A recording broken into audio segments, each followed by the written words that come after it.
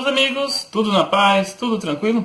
Estou aqui para mais a gravação de uma aula, Uma aula de conteúdo bastante completa, uma aula que nós usamos em sala de aula, e eu pretendo fazer assim um apanhado geral para você que vai fazer o Enem, para você que vai fazer um concurso público e precisa desse conteúdo. Então, o nosso conteúdo é a geração de energia elétrica no Brasil.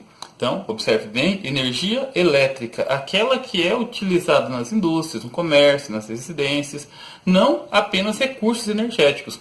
Nós já aprendemos nas aulas anteriores que recursos energéticos, o petróleo domina absoluto aqui no Brasil, ok? Então vamos lá, olho nos slides. Bom, o objetivo dessa aula, destacar o predomínio da energia elétrica no Brasil, os aspectos gerais do aproveitamento hidrelétrico nas grandes bacias hidrográficas brasileiras e os setores que mais consomem energia no Brasil. Bom, é possível observar através desse gráfico aqui, como vocês têm, que a energia hidráulica, aquela proveniente das bacias hidrográficas, é predominante no Brasil com quase 65%. Isso se deve ao fato do Brasil, durante muitas décadas, ele ficar dependente dos combustíveis fósseis. Vamos lembrar aí da crise de 1973. Então, a partir de 1974, o Brasil passa a investir bastante em usinas hidrelétricas, E o Brasil fica autossuficiente na produção de petróleo a partir de 2000. Então, o Brasil passa a explorar mais recursos relacionados ao petróleo também. Bom, vamos entender um pouquinho a geração e o consumo de energia elétrica. A empresa que controla a maior parte dos sistemas de geração e transmissão de energia elétrica do Brasil é a Eletrobras, as centrais elétricas brasileiras. Ela é uma empresa de economia mista, ou seja, parte pertence ao setor privado, parte pertence ao governo federal, só que é controlado pelo governo federal. Ok? A Eletrobras ela é subsidiada por várias outras empresas, como a Furnas, a Cheves, a Eletronorte, a Eletrosul, a Companhia de Geração Térmica e a Eletronuclear. Possível observar nesse gráfico aqui na lateral, olha só, esse gráfico aqui mostra que 35% de toda a energia elétrica do Brasil é consumido pelas indústrias, pouco mais de 28% pelas residências, 19% pelo comércio. A subbacia hidrográfica do Paraná, que é situado no complexo Centro-Sul, aquele eixo ali do Sudeste, do Sul, parte do Centro-Oeste, parte mais industrializada do Brasil, Essa bacia ela tem 65% de toda a sua capacidade disponível, aproveitada, tanto para esses grandes centros, para essas indústrias, como também para as principais cidades. O destaque é a binacional Itaipu, a binacional Brasil-Paraguai. 60% fica com o Paraguai, 40% com o Brasil. Mas como o Paraguai é um país pequeno e consome pouca quantidade de energia elétrica, o que sobra, o excedente, o Brasil importa. O sistema Furnas, ele opera com um complexo de 20 hidrelétricas, 2 termoelétricas, 3 parques eólicos. Destaque para as usinas de Marimbondo, Furnas e Luiz Carlos Barreto de Carvalho, bem na divisa de Minas com São Paulo. E nessa imagem aqui, nós temos a usina de Itaipu, a segunda maior do mundo, ficando atrás apenas da de Três Gargantas. Em 2016, a usina de Itaipu apresentou uma produção maior do que a de Três Gargantas na China, apresentando aí em 2016 103.098.366 megawatts de potência por hora. Bom, aqui nós temos outras usinas, tá aqui toda a região hidrográfica do Rio Paraná, a usina de Itumbiara, no Rio Paranaíba, as usinas de Marimbondo, Furnas, Luiz Carlos Barreto, no Rio Grande, a usina Engenheiro Sérgio Mota e Porto Primavera, no Rio Paraná. Na região sul, nós temos o destaque para de Salto Osório, Salto Santiago, Passo Fundo, Machadinho e Itá, que em conjunto formam 4.000 megawatts. Bom, vamos falar agora da geração de energia na bacia do Rio São Francisco. A bacia do Rio São Francisco abrange uma área de aproximadamente 640 mil quilômetros quadrados. É a segunda maior bacia hidrográfica totalmente brasileira, ficando atrás apenas da do Tocantins-Araguaia, né? Cerca de 80% está no território de Minas Gerais e na Bahia. O Rio São Francisco nasce no sul de Minas Gerais, na Serra da Canastra. Em algumas áreas é limítrofes com os estados de Pernambuco e Bahia, Alagoas e Sergipe, e deságua no Oceano Atlântico. A Cheves, Companhia Hidroelétrica do São Francisco, subsidiária da Eletrobras, é a empresa responsável pelo aproveitamento de energia elétrica no Nordeste.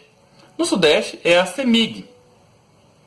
Aqui nós temos a imagem da bacia do São Francisco, né, onde toda a área que ela percorre aqui no Brasil até o Oceano Atlântico, aqui os principais rios, né, desaguados por ela.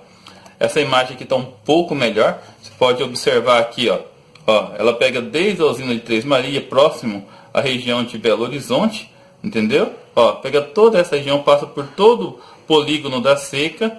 Você tem aqui a região de Sobradinho, você tem o complexo de Paulo Afonso, até desaguar, né? Olha, no sistema Cheves destaca as usinas do complexo Paulo Afonso, as usinas de Xingó, Luiz Gonzaga e Sobradinho. Já no sistema CEMIG, o destaque é a usina de Três Marias. Vamos falar um pouquinho sobre a geração de energia na bacia dos rios Tocantins e Araguaia. Bom, quem é responsável pela produção de energia hidrelétrica nessa bacia é a Eletronorte, Centrais Elétricas do Norte do país, SA. A Eletronorte também é responsável pela produção de energia hidrelétrica no norte do país, na bacia amazônica, né? Em operação desde 1984, Tucuruí está a uma distância de aproximadamente 300 quilômetros de Belém. E sua potência é de mais de 4.000 megawatts. Na verdade, é de aproximadamente 8.400 megawatts só, né? É a maior potência totalmente brasileira, tá? Totalmente, porque Itaipu é uma binacional. E Belo Monte ainda não está funcionando em sua capacidade máxima. Além de abastecer os municípios da região norte, especialmente o Pará, atende também o Nordeste. Com a estrada de ferro Carajás e o sistema portuário de Ponta da Madeira, né, no Porto de Itaqui, em São Luís, no Maranhão, integra a infraestrutura de desenvolvimento do projeto Grande Carajás. Aqui nós temos a imagem da bacia hidrográfica do rio Tocantins-Araguaia, né? O rio Araguaia, bem na divisa de Mato Grosso com o estado de Goiás e depois com o estado de Tocantins. Aqui a ilha do Bananal, a maior ilha fluvial do mundo. Aqui o rio Tocantins, ok? E aqui, pessoal, a usina de Tucuruí. Olha só onde ela se localiza aqui, ó, né? Ok? E aqui a eclusa de Tucuruí, ok? Bom, a geração de energia na bacia do rio Amazonas. Gente, a bacia hidrográfica do rio Amazonas, né, ela é a maior do Brasil e do mundo. Contudo, ela é muito pouco aproveitada. Apenas 5% da sua capacidade total é aproveitada. E são vários os motivos. Dentre eles, né, a grande distância dos grandes centros industriais e consumidores do país, e também a atuação de entidades ambientalistas na região. Um dos grandes desastres da região foi a construção da usina de Balbina, no rio Uatumã, no Amazonas. O lago formado por Balbina foi cerca de 2.300 km², ou seja, bem similar ao de Tucuruí. E uma geração só de 250 megawatts, o que é muito baixo. Enquanto Tucuruí tem um lago similar, né, 2.300 km², né, e tem uma produção de 8.400 megawatts, uma produção total. Aqui nós temos a imagem da bacia hidrográfica do rio Amazonas. E aqui é a imagem de Balbina, né? Vocês podem observar o quanto que o lago é imenso, o que gera vários problemas de ordem ambiental, inclusive com a geração de metano que acaba indo para a atmosfera, né? Vamos entender o que são as usinas a fio d'água. E aqui, pessoal, eu vou dar como exemplo para vocês 3 grandes usinas na bacia do rio Amazonas também, tá? Então, usinas a fio d'água são hidrelétricas que não dispõem de reservatório de água ou o têm em dimensões menores do que poderiam optar. Esse tipo de usina, bem como as PCHs, tem se tornado uma tendência para projetos futuros, pois causa menos impactos ao meio ambiente. E aqui nós temos um exemplo de usina a fio d'água. Essa aqui, pessoal, é a usina de Jirau, que foi instalada no Rio Madeira, em Rondônia, com capacidade para 3.750 megawatts. Ela foi inaugurada em dezembro de 2016. Observem que o lago é bastante pequeno, o que representa pequenos problemas de ordem ambiental e consegue também fornecer uma grande quantidade de energia. Essa daqui é a usina de Santo Antônio, no Rio Madeira também, em Rondônia, com capacidade para 3.150 megawatts. Ela foi inaugurada dia 30 de março de 2012 e também é um exemplo de usina a fio d'água. Outro exemplo de usina a fio d'água, né, é a usina de Melo Monte, no rio Xingu. Essa usina, por enquanto, né, ela foi inaugurada em 2016, porém, né, ela só usa 7 das 18 turbinas. Então, das próximas, né, são 11.233 megawatts de capacidade, ela está usando próximo de 4.500 megawatts, ou seja, bem pouco ainda.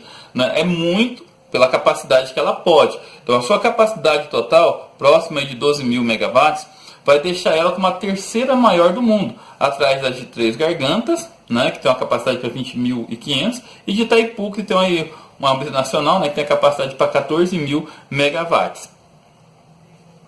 Agora vamos falar um pouquinho sobre as PCHs. As PCHs são as meninas dos olhos hoje, né, porque causam pequenos problemas de ordem ambiental.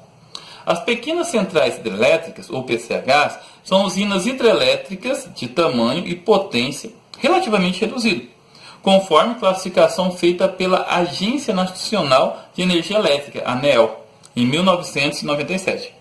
Esses empreendimentos têm obrigatoriamente entre 5 e 30 megawatts de potência e podem ter menos de 13 km² de área de reservatório. Apesar do nome, o que carrega pequenas, né, o seu peso pouco atrativo, as PCHs são hoje responsáveis por cerca de 3,5% de toda a capacidade instalada do Sistema Interligado Nacional. Hoje elas causam pequenos impactos ambientais e geram uma quantidade considerável de energia.